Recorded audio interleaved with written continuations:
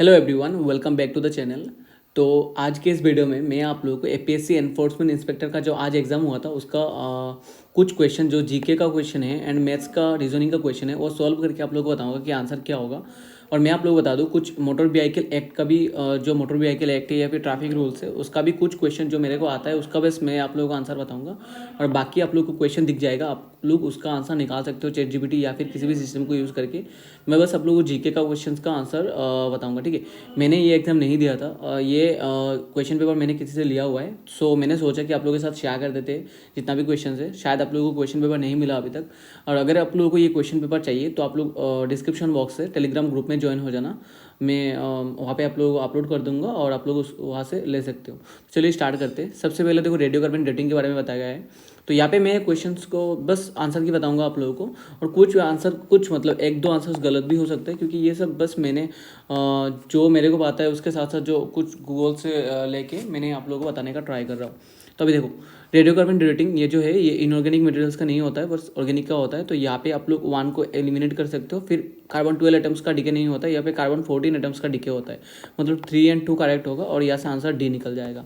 अभी देखो ऑप्शन 2 देखते हैं। तो यहाँ पे biophilia originates from the Latin word, तो नहीं है, ये ग्रीक वर्ड से ओरिजिनेट होता है। सेकंड देखते हैं biophilia means an urge to affiliate with other forms of life, ये बिल्कुल करेक्ट है। तो ऑप्शन 2 देखते हैं, ऑप्शन 2 सिर्फ इसमें है तो ऑप्शन बी इज करेक्ट। फिर 3 देखो consider the following statement and select the correct answer from the codes given below. यहाँ पे एसिड रेन के बारे में बताया गया है। तो acid rain acidic in nature होता है, करेक्ट है। pH 4 होता है, बिल्कुल करेक्ट है। Acid in contents mainly sulphuric acid and nitric acid correct है। When sulphur dioxide and nitrogen oxides are released into the air they combine with moisture of the atmosphere. Moisture मतलब यहाँ पे oxygen के साथ and water के साथ mix होके ये मतलब एसिड बन जाता है, ठीक है। तो यहाँ पे डी होगा या फिर सी होगा, मेरे को लगता है डी ही होगा, लेकिन सी भी हो सकता है, ये गलत भी हो सकता है। ये गलत होने का चांस तो नहीं है, लेकिन आंसर डी या फिर सी में थोड़ा चांस हो सकता है, लेकिन डी मेरे हिसाब से आंसर होगा। अब देखो consider the following statements and select the correct answer. तो करेक्ट आंसर बताया गया है। यहाँ पे देखो म्यूटेजन के बारे में बताया, तो यहाँ पे लिखा है a mutation is a government official, बिल्कुल नहीं हो सकता। Mutation is the certified copy of a mutual agreement document, ये सब नहीं हो सकता। 3 एंड 4 को एलिमिनेट करते हैं, फिर हमारे पास है ए एंड बी। तो 1 तो हो सकता है क्योंकि दोनों में 1 है। अभी 2 देखते हैं। Ultraviolet radiation is an example of mutation, बिल्कुल सही है, तो आंसर होगा ए। फिर ऑप्शन 5 देखते हैं। Lithium ion batteries are primary cells, primary cells नहीं है, ये सेकेंडरी सेल्स होता है, तो ऑप्शन 2 करेक्ट है। फिर देखो the anode in A lithium ion battery is usually made up of graphite coated on copper oil, ये बिल्कुल करेक्ट है। तो ऑप्शन 3 भी होगा यहाँ पे, करेक्ट होगा ऑप्शन 3। एंड 4 देखते हैं क्या होगा। देखो 4 के बारे में the anode in A lithium ion battery is usually made up of zinc coated on copper oil, तो ये करेक्ट नहीं है। तो ऑप्शन 2 एंड 3 होगा, that means option C answer होगा, ठीक है। 6 के बारे में देखते हैं। यहाँ पे प्लेसिबो के बारे में बताया गया है। Placebo is form of treatment that does not have any therapeutic value, correct है।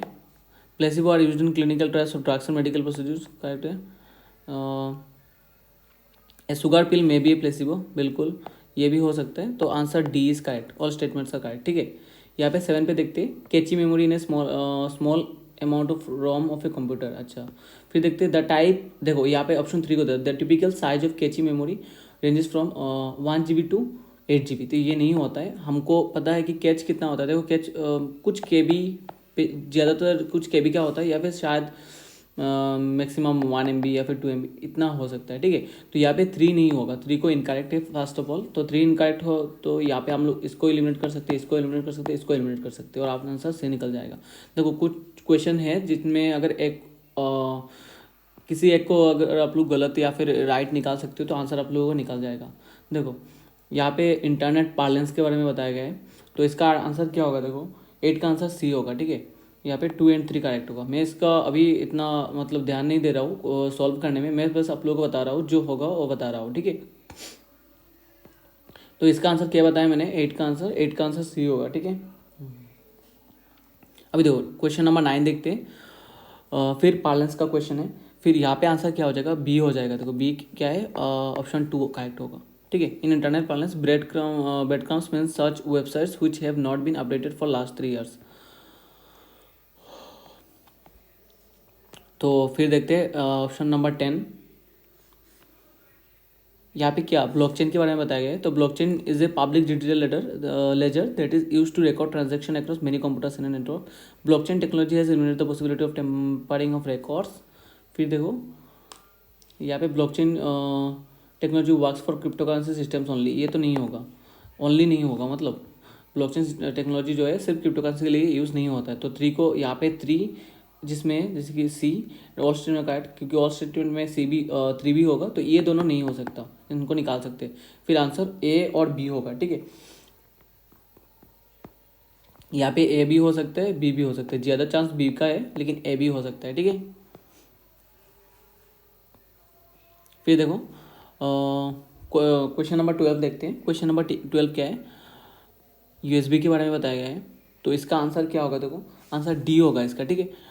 2 एंड 3 एंड 4 होगा, कि 1 क्यों नहीं होगा देखते हैं। तो full form of USB is universal service बस, ये नहीं है, यूनिवर्सल सीरियल बस होता है। तो ये तो गलत हो गया 1, अगर 1 के निकाल दे तो यहाँ पे 1 को निकाल दे, फिर यहाँ पे 2, 3 एंड 4 करेक्ट होता है, तो हमारा आंसर डी होगा। फिर देखो ऑप्शन नंबर क्वेश्चन नंबर 13 देखते हैं। 13 यहाँ पे क्या है, consider following statement, correct answer the full form DDoS is distributed service. तो ये कुछ क्वेश्चन मैं इसको मैं अभी बता नहीं सकता इसके बारे में, तो इसको मैं अभी एलिमिनेट करता हूँ, मतलब अभी नहीं बता सकता। फिर देखो 14, consider following statement and select the correct answer given below. 14 में क्या बताया गया है, देखो the term cursor used in computer language comes from the Latin word cursor एम। देन इसका आंसर क्या होगा, देखो इसका आंसर सी होगा, दैट इज 1 एंड 3, बिल्कुल करेक्ट है।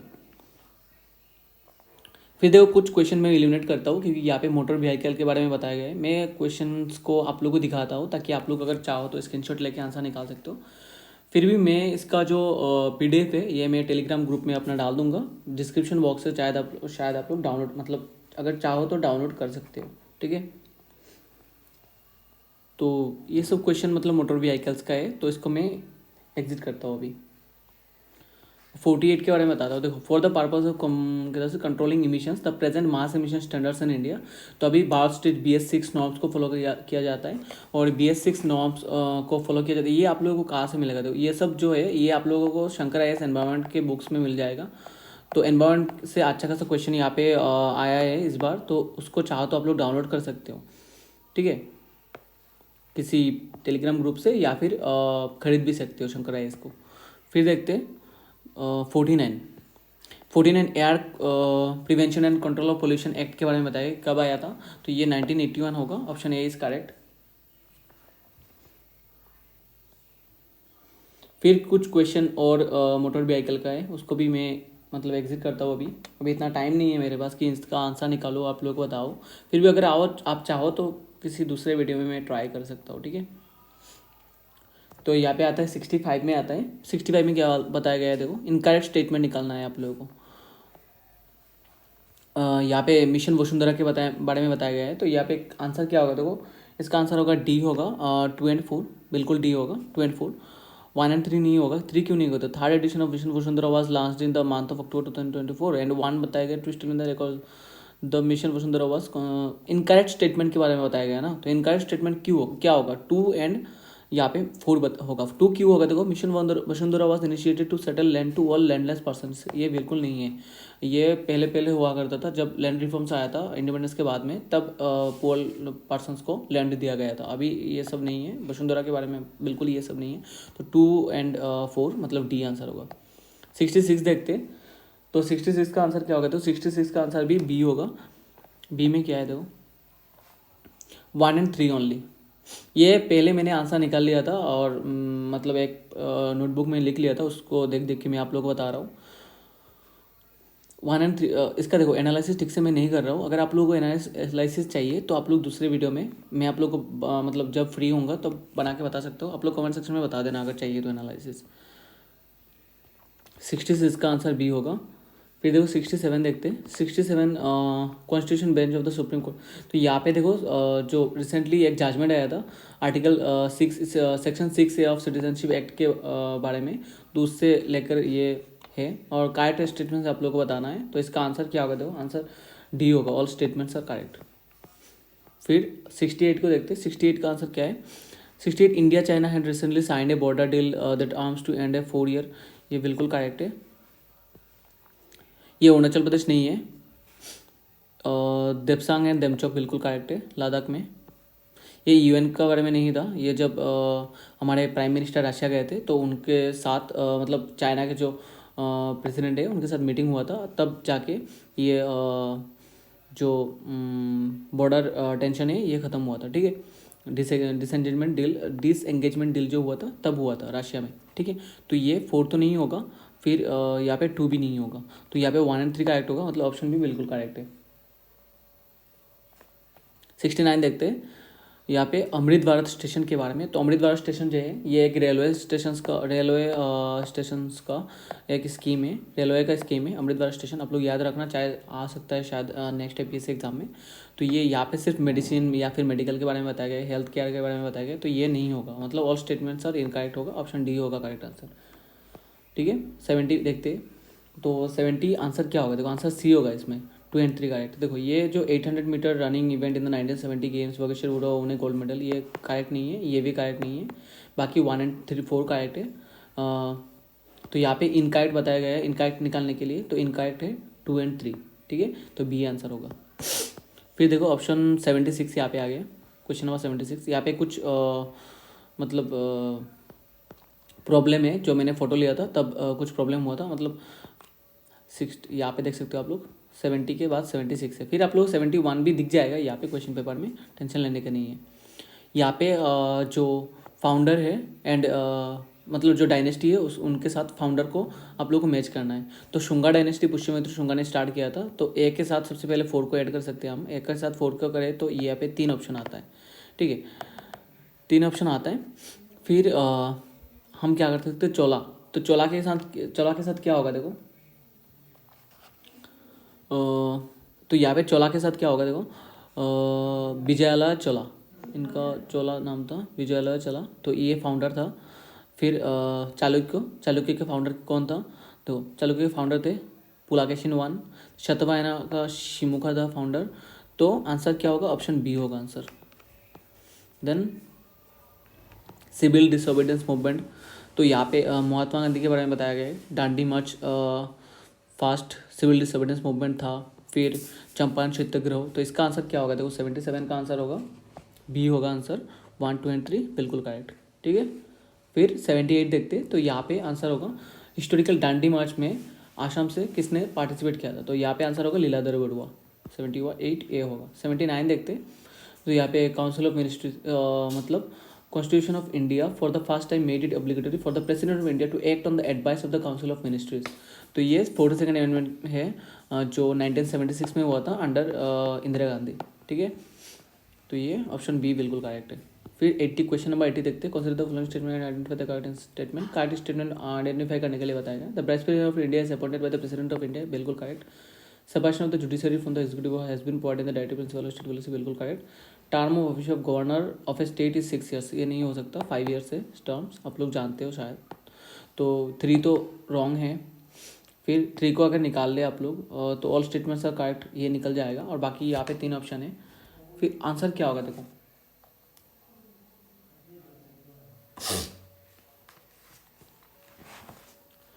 यहाँ पे देखो, the 5th schedule of the constitution of India deals with administration and control of schedule areas and schedule tribes in Assam, Tripura, Meghalaya and Mizoram, नहीं है, गलत है ये, 6th शेड्यूल है, ये 6th शेड्यूल का बात कर रहा है, तो 4 भी करेक्ट नहीं होगा, तो 4 को भी निकाल ले तो ये भी निकल जाएगा, ये भी निकल जाएगा और ये भी निकल जाएगा। यहाँ पे ऑप्शन होगा बी और सी। अभी अभी अभी देखो आप लोग, आंसर जो होगा वो बिल्कुल बी होगा।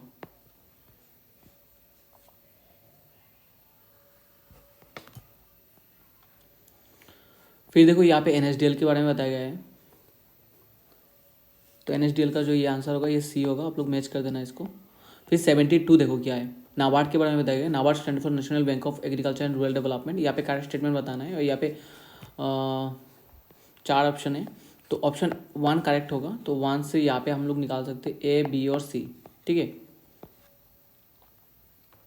लेकिन इसका आंसर क्या होगा, तो इसका आंसर डी होगा, ऑल स्टेटमेंट्स आर करेक्ट, आप लोग देख लेना, इसको काम आएगा बाद में। देखो फिर यहाँ पे गुवाहाटी टी ऑक्शन सेंटर को कब इस्टेब्लिश किया गया था, तो इसका आंसर क्या होगा देखते हैं, इसका आंसर ए होगा, ठीक है, 1970 की होगा। The first capital of the Ahom kingdom, Charaideo, ये सबको पता है।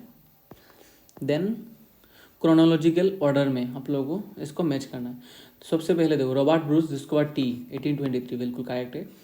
ओनोदे मैगजीन कब आया था? फर्स्ट मैगजीन एसएमएस मैगजीन 1846 में, बिल्कुल करेक्ट। देन मुनियम द्वारा एग्जीक्यूटेड बाय हैंगिंग 1857, जो आसाम से सेपॉय म्यूटिनी जो हुआ था 1857 में, उसको कौन लीड कर रहा था, किसने स्टार्ट किया था? मुनिराम देवार ने। तो ये 1857 आ जाता है। फिर फुलगुड़ी देवा was the first peasant uprising 1860 में। अभी आप लोगों को बताना है फुलगुड़ी देवा हुआ कहाँ पे था, ठीक है। ये फुलगुड़ी जो है वो कौन सा प्लेस है, आप लोगों को कमेंट सेक्शन में बताना है। तो यहाँ पे आंसर क्या हो जाएगा? तो 4 3 2 1, then option D is correct. फिर देखो 85 में आ जाते हैं यहाँ पे, मतलब कुछ प्रॉब्लम हुआ था जब मैंने पीडीएफ बनाया था तब, लेकिन फिर भी देखो क्वेश्चन सारे आप लोगों को मिल जाएगा। फिर देखो यहाँ पे ऑप्शन क्या होगा? 3520 को देखें तो देखो 3 and 2 को ऐड करें तो कितना होगा? 5 हो सकता है, 5 होता है। और 5 and 0 को ऐड करते हैं तो 5 होता है। तो 5 - 5 कितना होता है? 0। मतलब अगर आप लोगों को 11 का डिवाइडिंग रूल अगर आप लोगों को पता है, डिवाइड रूल, देन आप लोग को पता चल जाएगा कि 3520 को 11 से डिवाइड होता है, 7810 को भी 11 से डिवाइड होता है, इसको भी 11 से डिवाइड होता है, लेकिन इसको नहीं होता है। 4 कितना होता है? 8 - 5, 0 नहीं हो रहा है, 3 हो रहा है, तो ये इसको 11 से डिवाइड नहीं हो रहा है। तो इसका आंसर क्या होगा? तो 4540। यहाँ पे ऑड वन आप लोग को निकालना है, तो इसे आप लोग निकाल सकते हो। फिर देखो 4 7 13 25, तो 4 and 7 के बीच जो गैप है 3 है, फिर 6 है, मतलब डबल होता जा रहा है, फिर 12 है, फिर 24 होगा, तो 25 के साथ 24 ऐड करोगे तो आंसर 49 होगा। यहाँ पे देखो 1 के साथ 9, देन 125 से साथ क्या? तो 1 के साथ 9, देखो 1 चलो मानते हैं कि 1 का स्क्वायर है, ठीक है। देन 3 का स्क्वायर क्या है? 9। तो यहाँ पे 125 क्या है? 5 का क्यूब है। देन 5 के साथ 2 ऐड करो, और 7 का क्यूब क्या है? 343, तो 343 इसका आंसर है। Identify the odd man out, यहाँ पे ऑड क्या होगा? तो FHNT। तो देखो यहाँ पे जैसे जिसने इसको सॉल्व किया था उसने जैसे किया 6 का 6 8 का नंबरिंग सिस्टम आप लोग बताओगा सब, मतलब जो भी इंग्लिश लेटर्स है उनका नंबरिंग सिस्टम आप लोग को बताओगा। तो F6 H8 N14 T20, 6 gap हो रहा है, लेकिन इसमें 2 गैप है, तो यहाँ पे F नहीं होगा, यहाँ पे B होगा आंसर। मतलब यहाँ पे B नहीं आंसर नहीं होगा, मतलब गलत कौन सा है? तो गलत F है, तो यहाँ पे बिल्कुल करेक्ट D आंसर है 88। फिर देखो Red Fort Lal Qila is to Shahjahan, और then Sindhudurg is to what? तो लाल किला किसने स्टैब्लिश किया था? शाहजहां ने। तो सिंधु दुर्ग किसने स्टैब्लिश किया था? तो यहाँ पे छत्रपति शिवाजी महाराज होगा आंसर। फिर इसमें आप लोगों को ट्राइंगल काउंट करना है, तो इसका आंसर डी होगा। फिर क्वेश्चन नंबर 81 देखो, which of the following rivers flows towards and drain into the Arabian Sea? तो यहाँ पे नर्मदा बिल्कुल करेक्ट है, महानदी नहीं है, महानदी ईस्ट पे आता है। फिर चंबल तो जमुना का शायद ट्रिब्यूटरी है। देन कावेरी साउथ में है, तो ये eastward bay of Bengal में आके ड्रेन करता है।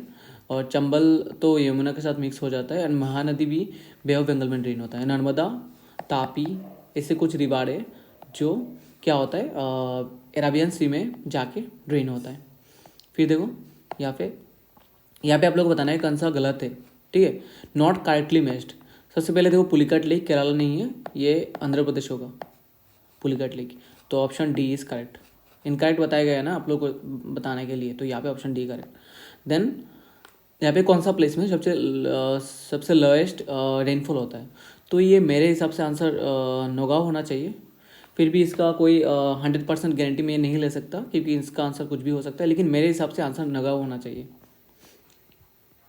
फिर 84 consider the following statement correct. देखो यहाँ पे ओरांग नेशनल पार्क बिल्कुल करेक्ट। देन 84 का आंसर क्या होगा? देखो इसका तो श्योर मैं नहीं बता सकता, लेकिन इसका आंसर क्या होगा? देखो यहाँ पे ऑप्शन 4 करेक्ट नहीं है, इनकरेक्ट स्टेटमेंट बताया गया है ना, इनकरेक्ट स्टेटमेंट फाइंड करने के लिए। तो देखो 4 करेक्ट नहीं है। फिजियोग्राफिक डिवीजन यहाँ पे 2 बताया गया है, लेकिन 3 होता है। क्या क्या होता है? देखो ब्रह्मपुत्र वैली होता है, बराक वैली होता है, फिर जो कार्बी आंगलंग और उसके साथ मतलब एक और फिजियोग्राफिक डिवीजन होता है। तो यहाँ पे टोटल 3 डिवीजन होता है, तो 2 डिवीजन नहीं है, तो ये इनकरेक्ट है। 4 को अगर इनकरेक्ट पकड़ ले तो यहाँ पे सिर्फ एक ही ऑप्शन में 4 है, देखिए ऑप्शन डी में, तो यहाँ पे 1 and 4 आंसर निकल जाता है। फिर यहाँ पे देखना है आप लोगों को, यहाँ पे देखो मैथ्स का क्वेश्चन है। यहाँ पे बताए एक एक्सपेंस, मतलब एक पर्सन का एक्सपेंस होता है कितना, तो देखो यहाँ पे बताया गया कि रेंट में 30,000 एक्सपेंस होता है। रेंट में कितना परसेंटेज यहाँ पे दिया हुआ है? 20%। तो 20% अगर 30,000 होता है, 30,000 होता है तो 10% क्या होगा? 10% कितना होगा? इसका हाफ होगा, दैट इज 15,000। देन 5% क्या होगा? इसका हाफ होगा, दैट इज 7,500। यहाँ पे बताया गया है कि एजुकेशन का परसेंटेज कितना है, तो एजुकेशन में कितना इंटरेस्ट वो एक्सपेंस करता है, एक्सपेंड करता है। तो यहाँ पे एजुकेशन में 15%, ठीक है, एक्सपेंडिचर है उसका। तो 15% अगर पकड़ ले तो 10% 15,000, देन 5% 7,500, इन दोनों को ऐड कर ले तो टोटल क्या होगा? 22,500 हो रहा है। तो ऑप्शन बी इज करेक्ट।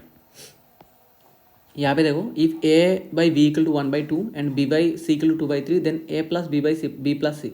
तो इसमें देखो, इसको अगर सॉल्व करते हैं तो ऐसे होगा, A is to B is to C equal to होगा 1:2:3, ठीक है। तो ए प्लस बी अगर पकड़ ले तो 1+2 कितना होता है? 3। बी प्लस सी पकड़ ले तो 2+3 कितना होता है? 5। तो A plus B by B plus C कितना होगा? 3/5। Option D correct.